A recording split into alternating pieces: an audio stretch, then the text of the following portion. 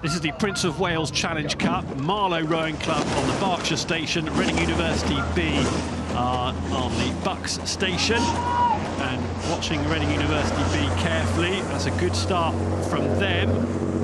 Feisty, powerful, really dynamic off those start pontoons.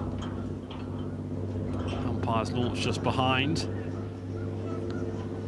And they are getting off Temple Island now. This is a tricky stage of the race, but they look like they've done that really well, both boats. And it's going to be another tight one based on that start. Both boats started that one really well, Julia. Yes, they did, and it's a big jump from a single straight to the quickest sculling boat to the quad, and you can see that difference. Moving really well, just on that Berkshire station, you can see there nudging ahead. This is open quad sculls. The event has been around since 2007, just below the Queen Mothers. We've had some big clubs winning this in years gone by.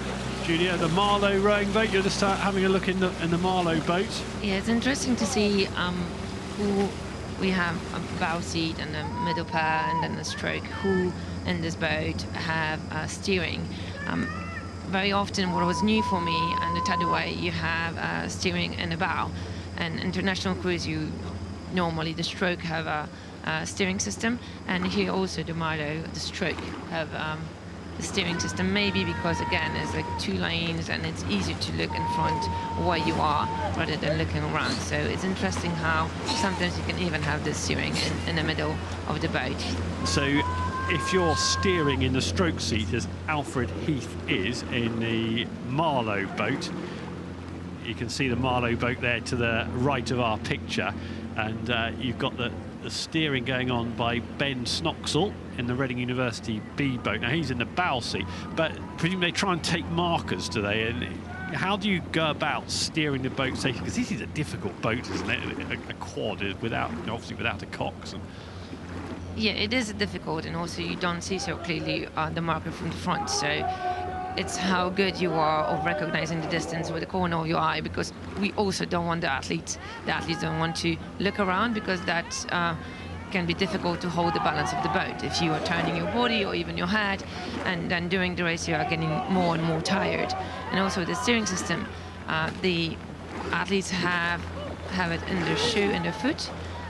The wires are going through all the way to the stern, to the rudder. So it's a really good skill to have, and some athletes can find it difficult. So the coaches need to choose who's the best to cover rowing and steering from the whole crew, and giving him the steering system. Well, Marlow, we can see there, look at the blade work, synchronicity, make it look so effortless and easy, don't they? Which is always a hallmark of elite sporting performance, and they are just purring along beautifully there on the Berkshire station. Marlow, they'll be very pleased with their performance. It's a bit of a local derby, if you know your local geography. We've got Marlow and Reading on the water. Reading University coming into shot now, and you can see in the stroke seat there Harrison Green in the Reading University boat, and through the boat we go. Robbie Colton in the 3-seat, Jack Bates in 2-seat, and Ben Snoxall, we mentioned, in charge of the steering. That bow there for Reading University, giving it some welly in front of stewards, but it won't be enough, because Marlow Rowing Club, we saw earlier on just what a classy boat they are, and over the line they come. Marlow Rowing Club in the Prince of Wales Challenge Cup. A good win for them against local rivals Reading University B.